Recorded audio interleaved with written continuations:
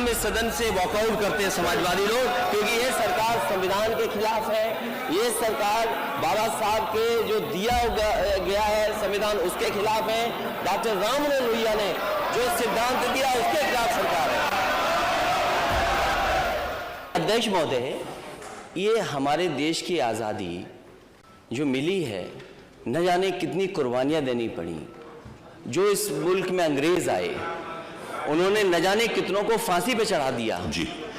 मैं अध्यक्ष महोदय आपके माध्यम से ये जानना चाहता हूं, क्योंकि नेता सदन ने किसकी स्पीच का जो हिंदी में यहां समाजवाद को समझाने की कोशिश की थी, क्योंकि नेता सदन नहीं है। अध्यक्ष महोदय, मैं आपसे माननीय मंत्री जी से मैं जानना चाहता हूं कि जो नेता सदन ने समाजवाद का पहाड़ा पढ़ाया इस सदन में, वो किसकी स्पीच थी? क्या हम अंग्रेजों से, और आप तो उस शहर के शाहजहांपुर में जहां पर बलिदानों को जो बलिदानी रहे, जिन्होंने जीवन दे दिया, शहादत की हुई, वहां के लोग, और आप एक देश के किसी एक प्राइम मिनिस्टर का किस रूप में किस वजह से भाषण दिया था उसका हिंदी कर करके आप समाजवाद हमें समझा रहे हो। बाबा साहब भीमराव अम्बेडकर जी का दिया हुआ संविधान जो प्रेम्बल है, जो समाजवाद है, जिसका हम आप सब शपथ लेते हैं, और उसके बारे में आपके ये शब्द हैं, ये विचार है।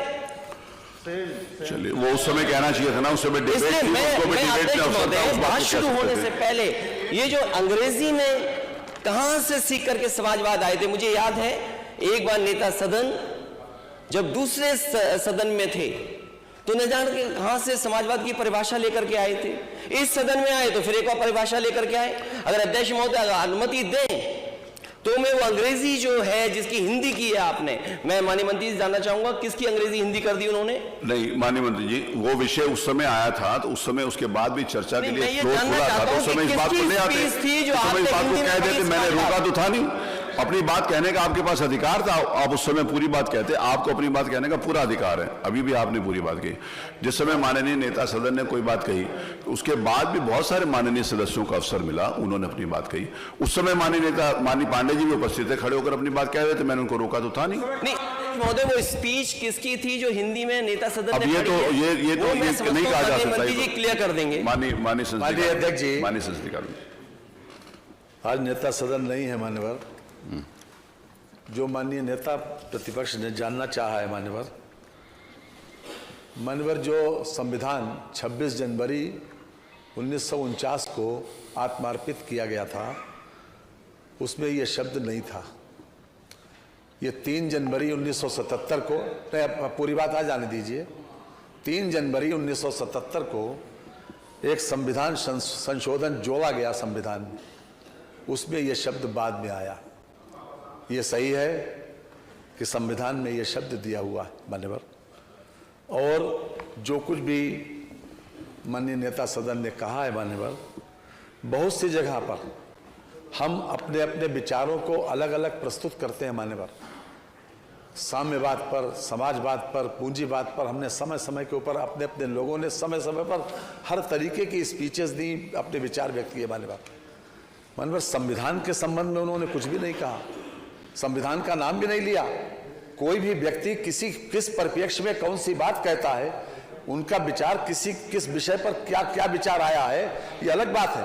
संविधान के प्रति पूरा आदर है, पूरा सम्मान है, हमने संविधान की शपथ ली है, हम उसको निभाएंगे भी, लेकिन उसको उस परिप्रेक्ष्य में जोड़ा नहीं जाना चाहिए। हमारा किस विषय के ऊपर क्या विचार है, उसको दोनों चीजों को कलम मत करिए। संविधान अपने आप संविधान को कोट नहीं किया, संविधान को किसी प्रकार से उन्होंने उद्धृत नहीं किया, इसलिए उसको ये लाना नहीं चाहिए, और ये नियम 300 बनाई असामान्य, इसको आग्रह किया जाए। मैंने स्वीकार ही नहीं किया।